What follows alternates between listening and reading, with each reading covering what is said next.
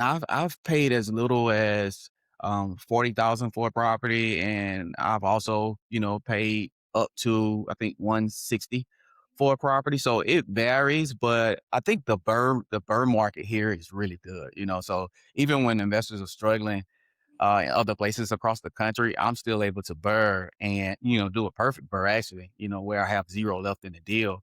I just had a recent deal where I purchased it at 45,000.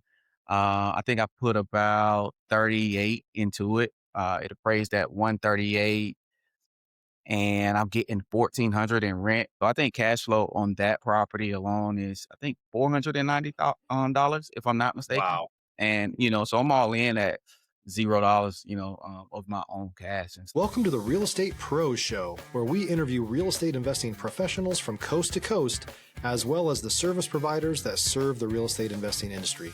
Our goal is simple: share what's working now to help you improve and scale your business to the next level and meet the pros that can help you get there. Real Estate Pros is powered by Investor Fuel, America's leader in helping real estate investors and professionals build the business you need to live the life you've always dreamed of. Let's start today's show. Property insurance for real estate investors doesn't have to be difficult, but it does need to be there to protect you when you need it. MyInvestorInsurance.com not only provides insurance at 15 to 30% cheaper than traditional agencies, it's built specifically for real estate investors like you. You can set up an account in about 2 minutes, get quotes on properties, turn on and turn off insurance for your fix and flip or rental properties in around 2 minutes without having to talk to anyone directly, all through our portal. There's no better way or faster way to make sure you've got the coverage you need to protect you, and no more lengthy policies either. Once you're set up, you're billed monthly and prorated by the day for however long your policy is active. It's powered by MSI, the third largest independent MGA, with 1.5 million customers and more than $1 billion in cumulative premiums written. Get set up today in about 2 minutes at myinvestorinsurance.com/fuel. Hey, folks, welcome back to the show. Today's guest, Lamontis Gardner, is a former collegiate football player at the University of South Alabama, who then transitioned into college coaching. When COVID abruptly ended the season in 2021, that was a turning point, leading him to spend a full year studying real estate before taking action, cold calling, and landing a major lead that resulted in his first deal that same year. Fast forward to today, Lamontis owns 30 rentals and has completed over 40 deals, building businesses rooted in discipline, consistency, and long-term growth. You can reach him through his website, lg7realestate.com, or at his Instagram at LamontisIG. Lamontis, thanks for taking the time today. Man, I appreciate you guys having me. It's great to have you on here. And when we talk about starting a business in real estate, you've really come from humble beginnings. I saw, Mhm. teacher, cold calling on that first deal, really educating yourself along the way. Did you have anyone who was like a leader or mentor for you in this space, or was this really a leap of faith getting into real estate? Man, honestly, it was a leap of faith. The only person I had in my life at the time that was in the real estate world was like one of my best friends. He introduced me to Rich Dad Poor Dad, the book, and I read that, and it kind of gave me the itch, but I didn't really dive into it until like a few years later. So yeah, but at the start of it, it was really just books and podcasts for me. I think a lot of people, and I mentioned this, come to our show and also just get into real estate through listening to podcasts like Bigger Pockets. And when Mhm. we talk about the education process, a lot of times people will have this like analysis paralysis, but you pretty much dove right in. You spent some time studying, but then you immediately got started. Walk me through what that first deal was like, acquiring it, and then also, understanding the deal cycle and what's involved in a real estate acquisition.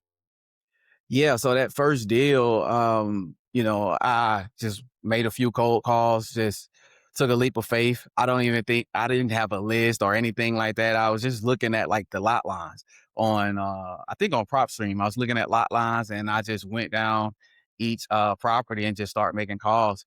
Got a guy that had 3 duplexes on in the same neighborhood and he was willing to sell like within the next year or so. So I just stayed in contact with him over the next few months. And then eventually he was ready to do the deal. At the time, I was kind of nervous just because it was three homes, and I really couldn't afford it. So just talking to my former college coach about the deal, and he asked me like, "Hey, does the guy still have it?" And I was like, "Yeah." And so we reached back out to him, and we partnered together and took that deal down. As far as just analyzing the deal, I think my year of preparation is what prepared me for that. Just studying it. Something I used to do was try to analyze at least 5 deals a day, just on Yeah. Zillow, just random houses, and I taught myself how to analyze deals. So when opportunity came, I just took advantage of it. Stop living on an island and join the #1 mastermind in America for professional real estate investors. Investor Fuel is a community of hundreds of the nation's top investors working together to build stronger businesses and better lives. In addition to the amazing community of real estate investors acting as a board of advisors for one another, Investor Fuel members have access to 100% funding on purchase and repairs for our members only, a health insurance program, and benefits and discounts that more than pays for the membership of most of our members, meaning it's actually costing you money to not be a member of Investor Fuel. If you're looking to scale your business and build a business that allows you to live the life of your dreams, please visit investorfuel.com today and book a call with our team. Now, I understand that you're in Mobile, Alabama. Now, this Mhm. is, of course, a niche market, but also I've seen investors from across the country looking at Alabama. I've looked at deals in Alabama. I've had properties under contract as a wholesaler in Alabama.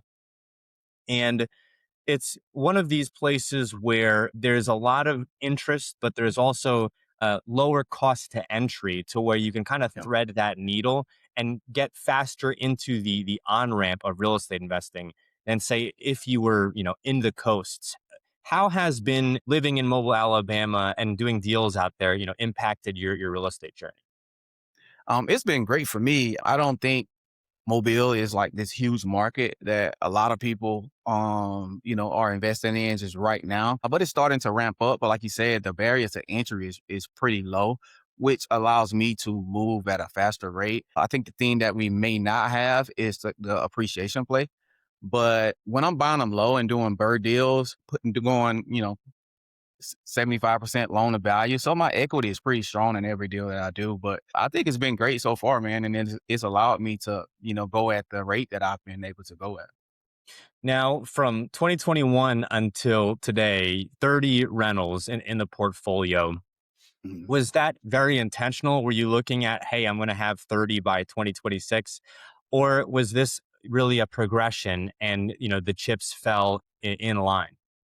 Yeah, it was really just a progression. I didn't have this plan, honestly. My plan was just to continue coaching and buy rentals, throughout my teaching career. But it just took off. Like the more knowledge I gained, the more people I met, the more deals were coming across my plate. And I was able to take them down. So I just got to a point where the real estate was keeping me, more busy than my job. And I had to let one go. And I had to let the teaching side of it go, and just went full-time real estate. Any feedback for teachers, either newer teachers or experienced teachers who are looking at getting into real estate and don't have, a mentor or someone that they know who's investing? I think that's a great question, actually. I think teachers have like a unique career where you have a lot of time off, and you get off, at an earlier part of the day. So the way it is, the schedule is structured, just being off in the summer times and getting off at, maybe 2:30, midday, you have a lot of time to go and, invest yourself in other things.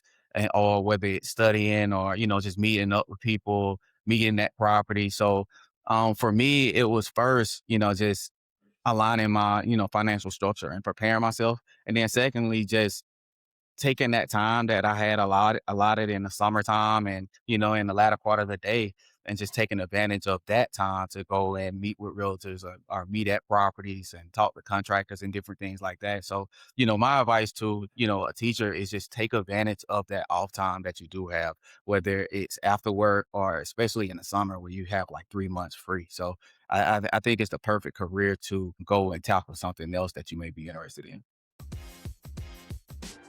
If you're looking for consistent, high-quality leads, look no further than Investor Machine. Investor Machine isn't just another agency, it's the most sophisticated, data-driven lead generation company on the planet for real estate investors, and serves the role of being not just a lead generator for your business, but a marketing partner that is helping you achieve your goals along the way. Go to investormachine.com to learn more and schedule a call with our team today.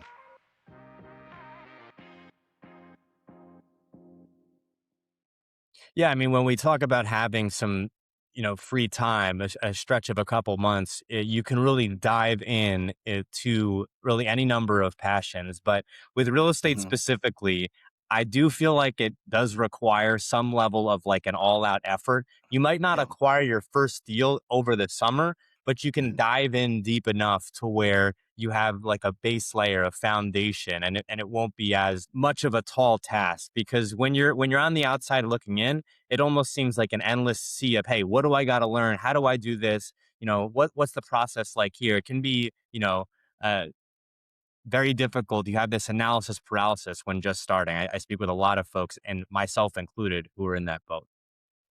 Yeah, I mean, I gotta face the same thing, just starting out, but I think you just got to be disciplined and just trust the knowledge that you have, just put together over a certain time period. And I think the biggest thing that made me feel comfortable was truly just studying it, attending webinars and podcasts. And it got to the point where information became redundant. And that's when I knew that it was time for me to jump in. Like when I just kept hearing the same thing over and over again, I was like, hey, I think I'm over analyzing this thing. And now it's time to jump in. And that's when I got on the cold call track. Yeah.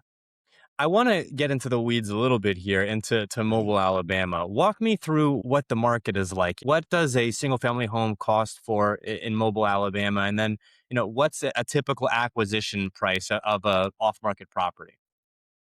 I'm paying.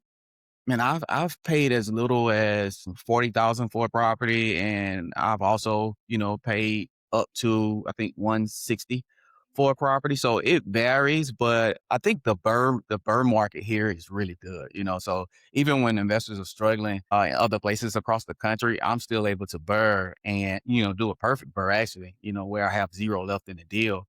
I just had a recent deal where I purchased it at 45,000. I think I put about 38 into it. It appraised at 138 and I'm getting 1,400 in rent. So I think cash flow on that property alone is I think $490 dollars if I'm not mistaken. Wow. And so I'm all in at $0, of my own cash. And so I'm still seeing those type of deals, every now and then, so sometimes I may leave 5 to 7 grand in a deal, but that's pretty standard. I really don't go above that. So, I'll take that any day, 0 to 5,000, $7,000 into a deal.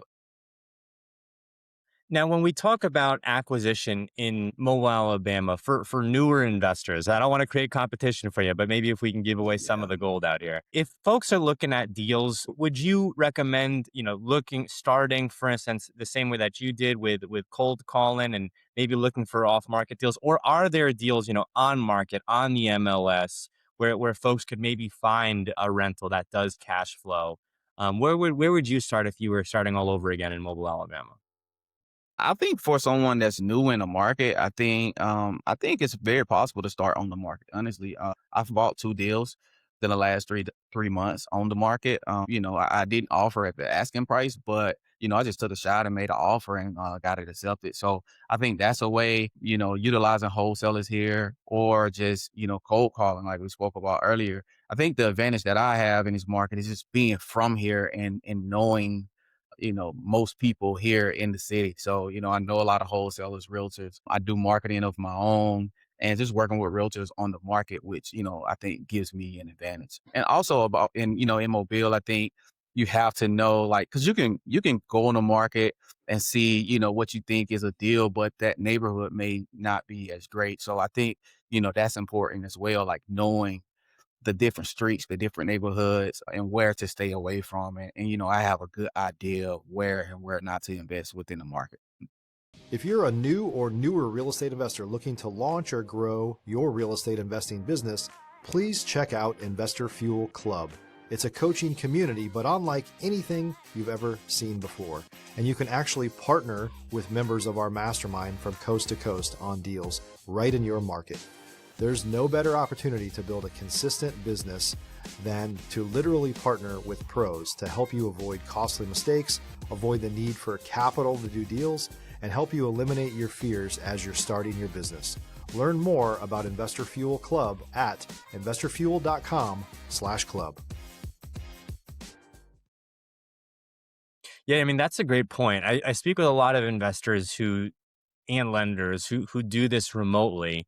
And my feedback has always been, how do you know exactly to your point, which streets to stay away from? Because it is Yeah. such a regional game, right? So you Hmm. could be, investing in the wrong part of where you're at, Mobile, right? Or you could be investing in the wrong part of, that where I'm licensed in Texas. You could be looking at, a side of San Antonio or Houston or of Dallas, which isn't maybe trending in the direction that you'd like it to. Right.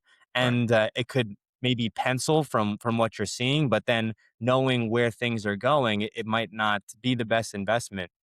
When you're looking at deals in Mobile, are there certain areas where you're more favorable to? Are there certain areas that you stay away from?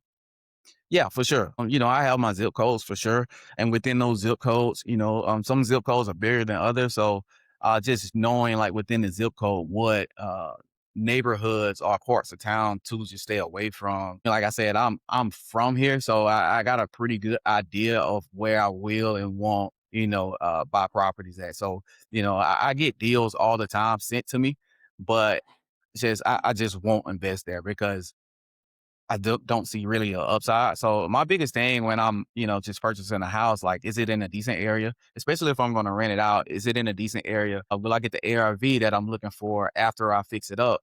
And is it going to be appealing to tenants? Like, when I'm, listing a house or whatever. So, I just want a house that's going to be in a decent area and, a tenant that's not going to come in and wreck the place. And so I think you have to stay away from those areas in order to just get the top quality tenant that you're looking for and, just, have them in the house over a long period of time, which, saves you money definitely as an investor.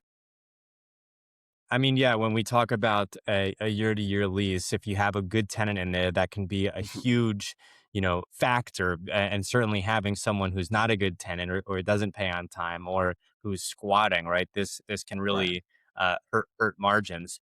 When we talk about going back to acquisition, when we talk about acquisition, are you looking right now at single-family properties? Are you looking at small multifamily, or is it a mix across the board? I know one of those first deals was a triplex, but what kind of deals are you looking at these days? Mainly single family. Here in Mobile, we don't have a lot of like just multifamily options. So it's really just, just mainly just the single family world for me, in which I just developed a niche in it, and I love just taking a single family, and that's a fixer upper and just taking it from something that nobody wants to touch into, something that everyone wants to live in. So yeah, that's my niche and something that I love to do. When we talk about fixer uppers, right? Mm. There's a level of rehab knowledge and an understanding, right? How to get a property to a rental grade or a flip grade level. How did you learn how to rehab these properties? Have you subbed this out? Did you grow up swinging a hammer? What was the process like in learning how to flip these properties? Man, I always make a joke that I don't know how to do anything. I can't lay floors. I don't have a construction background. I've never been the manual labor type of person, in all honesty.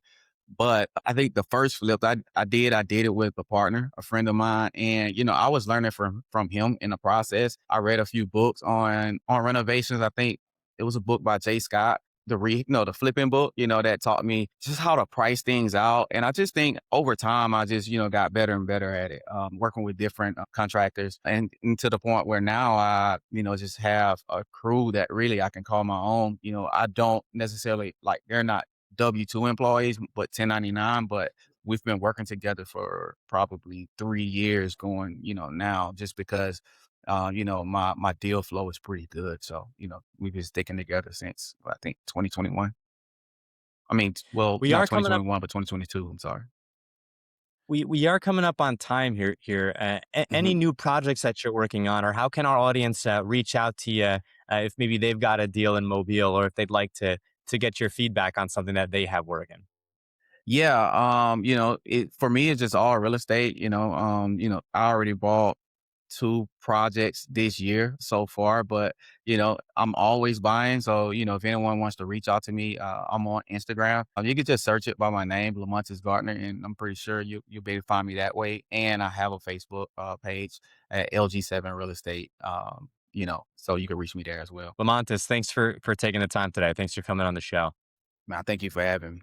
Thanks for joining us for today's Real Estate Pros Show. You can learn more about the amazing benefits of the Investor Fuel Mastermind community, including surrounding yourself with hundreds of other rock stars, 100% financing for your deals, and members-only discounts from vendors you're likely already using that, as a member of Investor Fuel, will save you more than the cost of your membership. Visit investorfuel.com to learn more. If you're interested in joining us as a guest of this show, please visit investorfuel.com/pros to apply. You can also check the show notes for access to free resources, how to get access to world-class lead generation, and much more. Don't forget to subscribe so you never miss another episode. Have a great day. We'll see you on the next show.